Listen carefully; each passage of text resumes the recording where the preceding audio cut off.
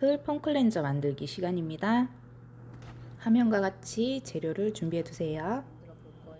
우리 피부는 보통 정상적인 사람이 pH가 5.5 정도 되는 피부가 가장 이상적인 그런 피부가 될 건데요.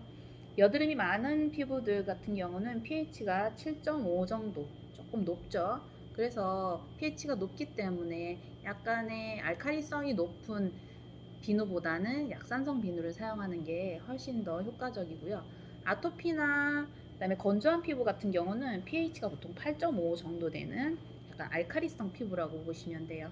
자, 알칼리성 피부라 그래서 알칼리 제품을 사용하는 게 아니고 오히려 반대 성분을 사용해 주시면 피부의 자극을 완화시켜 주고 효과를 훨씬 더 보실 수가 있겠죠.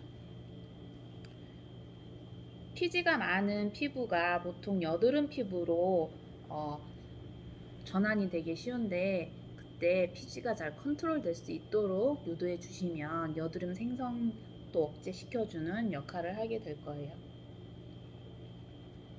보통 박테리아나 세균 같은 것들이 알칼리 성분이에요. 그래서 약산성 환경을 만들어주면 이런 박테리아 세균들이 살 수가 없기 때문에 약산성 비누를 사용하게 되는데, 약산성 비누의 단점은 세정력이 조금 떨어지고요. 또 거품력도 조금 떨어집니다.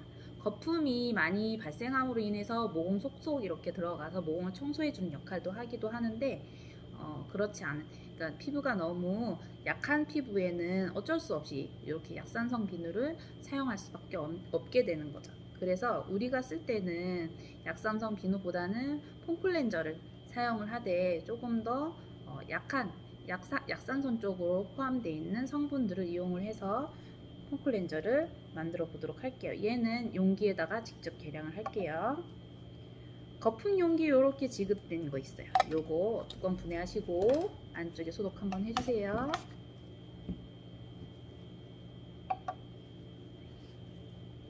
이 상태에서 제일 먼저 올리브 리퀴드라는 성분을 넣을 거예요.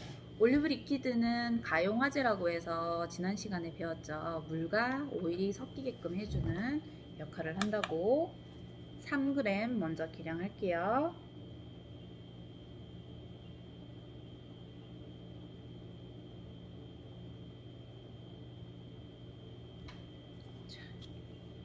그리고 지난 시간에 했던 성분 중에 보시면 자몽종자, 자몽씨 추출물, 그리고 제라늄, 라벤더 에센셜 오일 3가지 나눠드렸어요.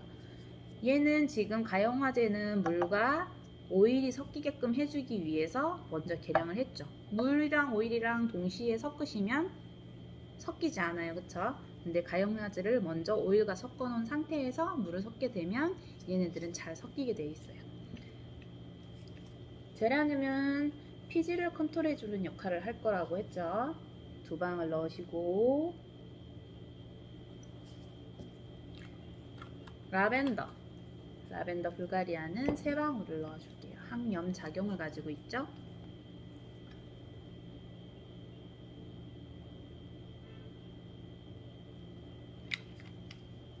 이거 2개 섞으신 걸 조금 흔들어 주세요.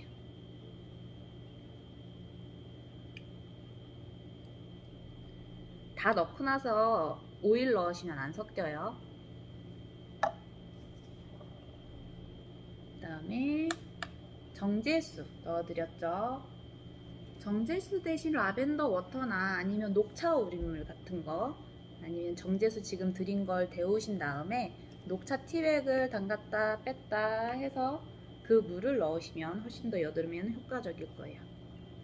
20g 넣을게요.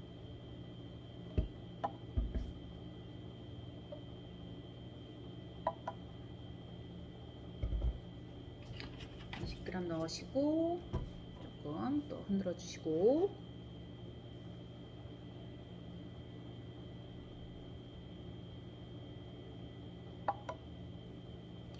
그 다음 넣을 게 애플 계면활성제예요. 애플 계면활성제는 말 그대로 사과에서 추출한 성분이 되겠죠. 필수 아미노산, 사과에서 얻은 필수 아미노산에서 만들어진 성분이고, 피부 단백질을 변형시킨다거나 피부 각질에 방어 체계에 대한 영향력이 없어요. 그래서 피부에는 안정적이라고 보시면 되겠죠. 애플워시 같은 경우는 미생물에 의해서 되게 완전히 분해가 되는 성분이에요. 그래서 한 달 정도면 다 분해가 되는 아주 안전적인 성분이라서 값도 비싸지만 자극도 거의 없어서 아기나 아토피 피부 같이 순한 피부들에 많이 사용되는 계면활성제예요. 25g 넣을게요.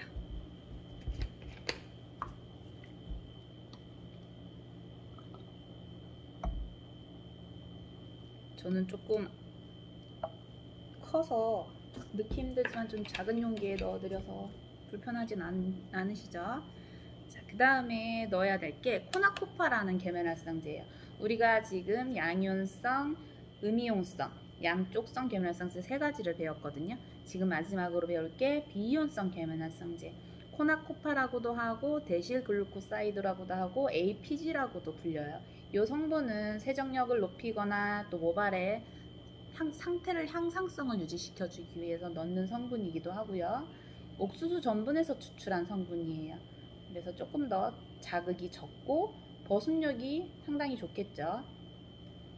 베이비나 약한 피부에 사용되는 성분이고 많이 첨가하지는 않아요.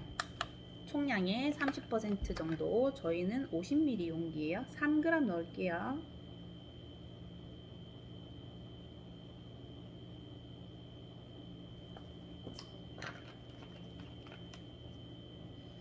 이 상태에서 우리 이제 마지막으로 글리세린 보습력을 높여주거나 아니면 얘는 거품을 조금 더 촉진시켜주는 역할도 하죠. 글리세린도 2g 넣을게요. 마지막으로 잠없이 추출물은 방부 역할을 하기 때문에 넣어줘야 된다고 했어요. 10방울 넣을게요.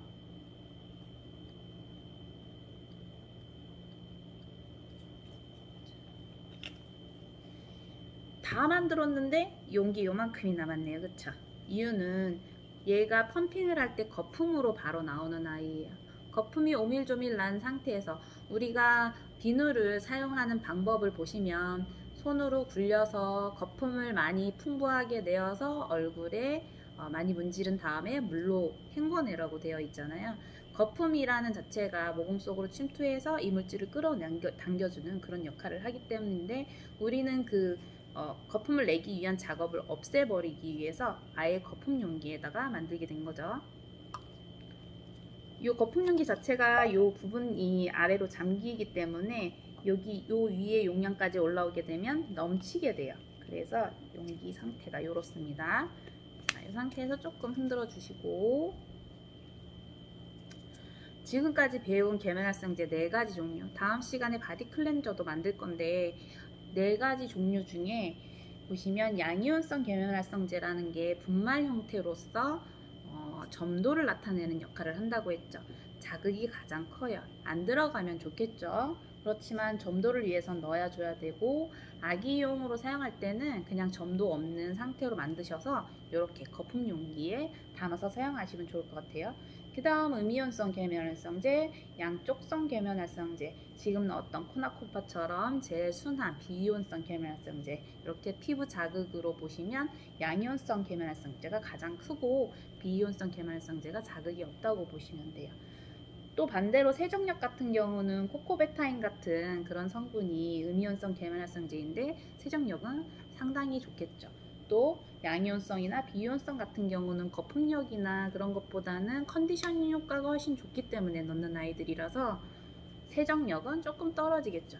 그래서 블렌딩을 하거나 맞춤형 화장품을 할 때 직접 레시피를 짜실 때는 이런 것들을 여러 가지 생각해서 레시피를 짜주시면 좋겠죠. 세정력 좋은 거, 그다음에 대전 방지용, 점도용 이렇게 해서 레시피 짜셔서 만드시면 좋겠죠. 이 상태에서 스티커, 폼클렌저 스티커 붙이시면 됩니다. 자, 폼클렌저 스티커 붙여주시고 이렇게 제품이 완성이 되었죠. 얘는 바로 사용하셔도 돼요. 이렇게 거품으로 나오게 되죠. 한 3번, 4번 정도 펌핑 하셔서 한 번 세안한 얼굴에 풍부하게 거품 내신 다음에 마사지 하시고 그 다음에 헹궈 내시고 한 2번 정도 작업을 하시면 좀 맑고 깨끗하게 청결을 유지할 수 있고요. 그리고 잘 아시겠지만 세안하실 때는 맨 마지막에 맑은 물로 헹궈 주시되 두피랑 머리카락이랑 헤어라인 부분, 그다음에 귀 부분이랑 연결되어 있는 부분들은 조금 더 꼼꼼하게 씻어주시면 이렇게 얼굴 그 턱이나 볼 이쪽에 생기는 뾰루지 예방하는데 효과적이에요. 대부분 모두 다 그쪽에 나는 여드름들은 그 머리카락에 인한 오염이나 아니면 비누를 충분하게 헹궈내지 못했기 때문에 자극으로 인해서 생길 확률이 상당히 높아요. 그러니까 코나 미간 사이 이런 쪽이 아니라면 그럴 확률이 높기 때문에 세안하실 때 맨 마지막에 꼭 맑은 물로 세안을 해주세요. 다음 시간에 바디 클렌저 또 만들어 보도록 할게요.